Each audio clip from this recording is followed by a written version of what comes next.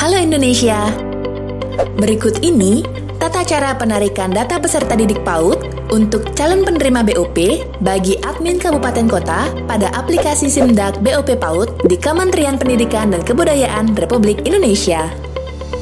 Fungsi dari penarikan data ini adalah untuk menentukan satuan pendidikan dan peserta didik yang akan menerima dana BOP PAUD. Langkah-langkahnya adalah sebagai berikut. Pertama, buka aplikasi SIMDAK pada laman ini, app.paud-dikmas.kemdikbud.go.id. Ketik nama user dan password sesuai akun kabupaten kota, lalu tekan tombol masuk. Lalu, klik pada BOP PAUD sesuai jenis bantuan yang akan dilakukan penarikan data. Pilih penarikan data Dapodik, pilih provinsi, pilih kabupaten, lalu pilih tahapan penyaluran, lalu klik atau pilih tampilkan. Tunggu sampai proses selesai, nanti akan muncul daftar satuan pendidikan yang telah melakukan input data sebelum batas penarikan sesuai juknis. Setelah seluruh rekapitulasi satuan pendidikan tampil, selanjutnya klik Save di sebelah kanan atas untuk mengunduh file rekapitulasi satuan pendidikan yang akan menjadi calon penerima bantuan dan data peserta didik yang duplikat atau ganda. Sistem dari aplikasi akan langsung menyaring atau filter bagi satuan pendidikan yang kurang syarat penerima bantuan sesuai juknis. Silakan buka file Excel unduhan tadi, lalu akan muncul rekapitulasi satuan pendidikan yang sudah disaring oleh sistem. File ini sudah melakukan penyaringan data jumlah peserta didik dengan catatan untuk BOP PAUD minimal 9 orang. Akan tetapi, bagi daerah 3T, ketentuan ini tidak berlaku, seperti tercantum pada juknis. Silakan verifikasi dan validasi data duplikat di setiap satuan pendidikan yang terdeteksi oleh sistem, dan sesuaikan dengan data real di setiap satuan pendidikan.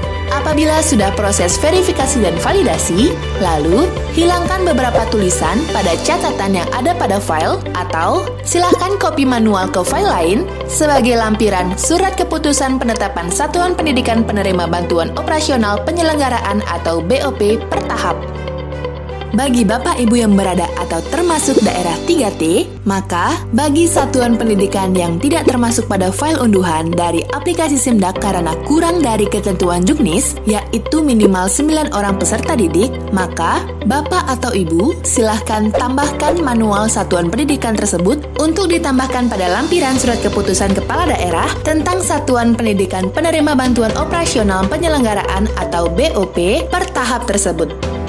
Perlu Bapak Ibu selalu perhatikan bahwa surat keputusan penetapan satuan pendidikan penerima BOP adalah surat keputusan penetapan untuk per tahap sesuai ketentuan juknis.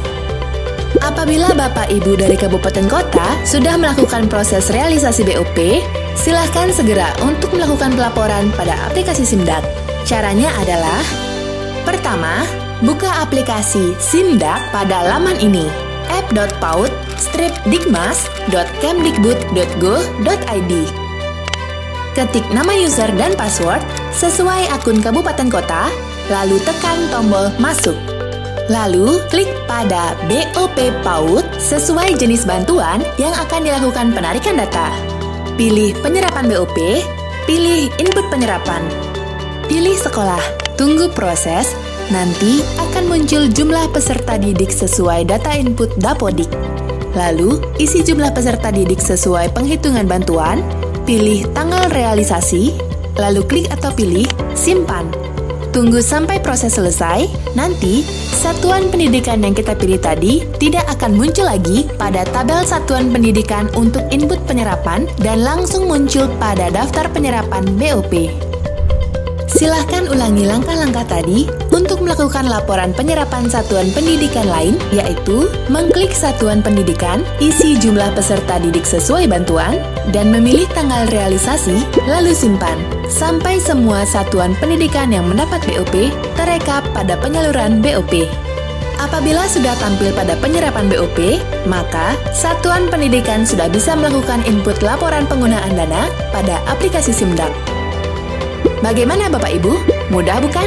Semoga bermanfaat dan selamat mencoba. BOP PAUD, membantu operasional pendidikan yang fleksibel dan bertanggung jawab. Pesan ini disampaikan oleh Direktorat Pendidikan Anak Usia Dini, Ditjen Pendidikan Anak Usia Dini, Pendidikan Dasar dan Pendidikan Menengah, Kementerian Pendidikan dan Kebudayaan.